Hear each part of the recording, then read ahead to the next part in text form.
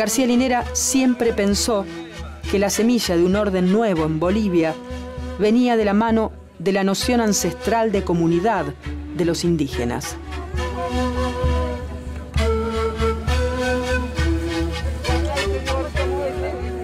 El tiempo pareció darle la razón. Hay un reacomodo de las clases sociales. Hay una modificación del contenido del Estado y hay una transformación de las ideas, fuerza de las ideas que regulan la opinión pública fuerte del país. Pero en lo social, cuando todo esto comenzó, había una clase media tradicional que emerge de las profesiones liberales, castellano hablante, urbana. En este último tiempo, Ana, está surgiendo de una manera muy vigorosa una clase media de origen indígena. Eso es interesante. Transportistas, comerciantes, pequeños campesinos en las tierras bajas que con relativo éxito se incorporan a la producción de productos agrícolas para el mercado interno y para la exportación.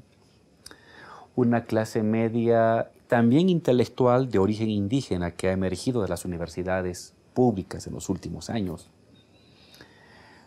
Es decir, no solamente hay una clase media tradicional de las profesiones liberales, sino que ha emergido una clase media también de origen indígena popular, proveniente de oficios del comercio, del transporte y también de la formación académica.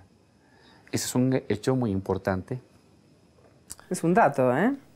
Es un dato importante para el país, que es parte de la democratización, ¿no? Porque antes era una sociedad pigmentocrática. Estabas más arriba cuan más blanca era tu piel. Estabas más abajo cuan más oscura era tu piel. Desaparece la clase dominante vinculada a las transnacionales y quien ocupa el sector dirigente de la economía boliviana es el Estado, que controla como un 40% de la riqueza boliviana. Es un momento en que lo vi y públicamente la gente lo vio al presidente lagrimear. Había costado tanto. Había costado tanto. Y a él, que era un pastor de ovejas, ser presidente. Y ese pastor de ovejas convertido en presidente, hacer una constitución construida por campesinos, por obreros, por estudiantes, por vecinos. La emoción era muy grande. La emoción era muy... Y tanto habíamos tenido que remontar tantas dificultades. El 2007, persecución de constituyentes que los votaban, les quemaban sus alojamientos, los perseguían, los escupían en la calle. Golpe de Estado. No controlábamos 5 departamentos. Bolivia tiene 9 departamentos. 5 no estaban bajo nuestro control. La embajada norteamericana conspiraba con los golpistas de las regiones. Y el presidente y yo nos quedábamos en Palacio 2 noches y dijimos, de aquí no nos van a sacar vivos. Las mujeres vivimos muy marginadas y discriminadas. No sé si se dan cuenta, yo me doy cuenta, sí. Hemos tenido que enfrentar el embate de una derecha fascista y racista que decía India de mierda.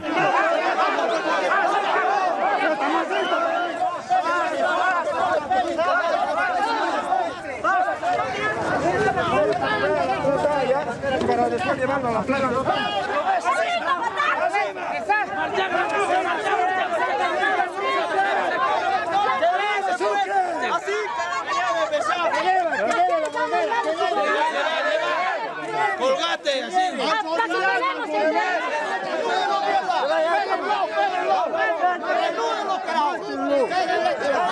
Sáquenlo, carajo, sáquenlo, los rapa mierda, sáquenlo, los rapa, carajo. Sí, la derecha siempre ha sido racista, y no ha cambiado, solo que ahora ha tenido que tragárselo y aguantarse, porque será derrotado, política, militar, culturalmente, pero sigue siendo racista. Pase lo que pase, nunca va a aceptar que un indio sea su presidente. Por primera vez oí los rumores que luego los volví a oír el año 2000, que era que los indios iban a venir a matarnos, que iban a venir a la ciudad, que había que controlar a las empleadas, porque las empleadas, trabajadoras del hogar, eran indígenas y podían darse la vuelta en la noche.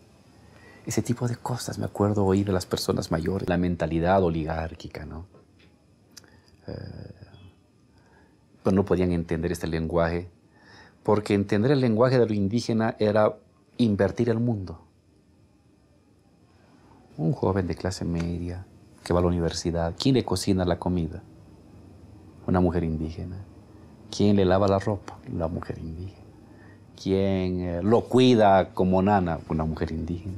Cuando sale a la calle y tiene que comprar un pan, una mujer indígena. Cuando se sube al bus y quién cobra los pasajes, un joven indígena. Quien ha limpiado la calle, un trabajador indígena. Cuando llega a la universidad y quién está limpiando los baños, un portero indígena. Y que de pronto ese mundo tan natural de indígenas sirviendo en oficios devaluados, mal pagados, no valorados socialmente, pensar que eso puede ser distinto, que ese indígena puede ser el que te mande, aún a la izquierda señorial, le resultaba impensable. Por eso la izquierda boliviana, lamentablemente, pese a sus esfuerzos y su lucha con el movimiento obrero, nunca abandonó esta mirada señorial de la vida, esta mirada colonial de las cosas, ¿no? No en vano el movimiento indígena tiene que emerger diciendo ni Jesús ni Marx. Es entendible, porque quienes levantaban la bandera de Marx en esos años, 50, 60, 70, lo hacían despreciando al indio, imaginando una revolución de obreros, casi barbudos parecidos a los rusos, pero no se imaginaban ni a los obreros aymaras, ni se imaginaban a aymaras haciendo las cosas, ni a quechuas. Entonces el indianismo, en su versión política inicial, surge criticando a la derecha, ni Jesús, y surge criticando a la izquierda, ni Marx. Ahora, hay una cosa que te preocupas siempre de subrayar, que es cuidado con las idealizaciones. ¿Por qué? Porque así como hay una mirada racista de lo indígena como subalterno, lo indígena como sirviente, lo indígena como dominado, y ese es el mundo, y no hay otro mundo. La contraparte de buena voluntad, digamos, de esto, es la idealización de lo indígena, el indígena puro, el indígena noble. Una mirada completamente romántica. Así es.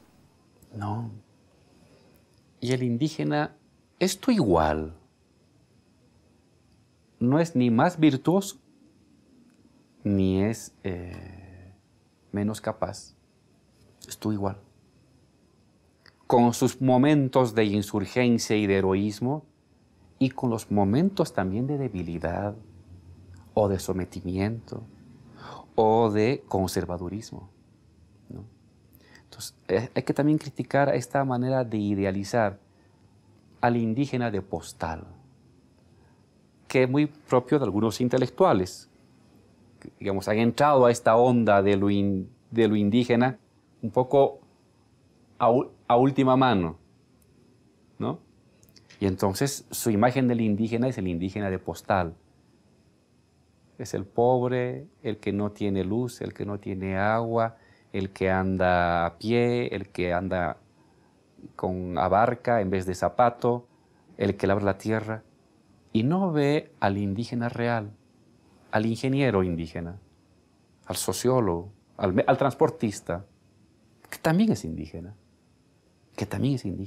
que vive en comunidad y no vive en comunidad, y que esa es también la dimensión real de lo indígena, ¿no? Esta versión ONG del indígena, cuidador de la madre tierra, que no hay que tocar donde vive, porque él sí está en armonía con la madre tierra. ¿De qué armonía? La pobreza no es armonía, la miseria no es armonía, ¿no? Pero hay esa mirada ONGista, digámoslo así, del indígena de postal. Y hay que dejarlo tal como está y que no cambien sus condiciones de vida. Se quiere hacer un poste de luz. No, no, no, eso va a afectar su hábitat. Esas miradas, digamos, conmiserativas, paternalistas, son digamos, la contraparte exacta de la mirada racista. Es otro tipo de racismo, ¿no? Más bien intencional, pero sigue siendo racista.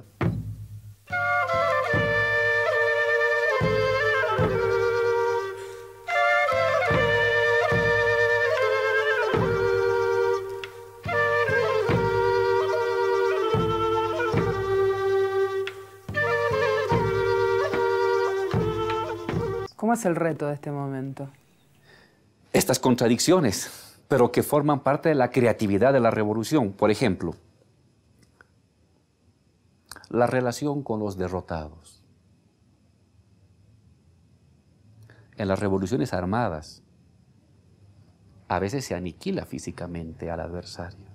Esta no es una revolución armada, es una revolución social y democrática para preservar tu núcleo organizador del bloque revolucionario, pero a la vez incorporar a los derrotados. Esa es una tensión creativa que no las encuentras mucho, bueno, no la encuentras en Gramsci. No hay fórmulas. No hay una fórmula. No hay fórmulas. Es sobre la marcha, sobre la práctica. Bolivia padeció durante muchos años una suerte de subestimación suicida, ¿no? Y uno los ve afirmados. Se corrió un horizonte ahí, ¿no? Y eso tiene que ver con lo que representa, con el símbolo de Evo, ¿no? De Evo.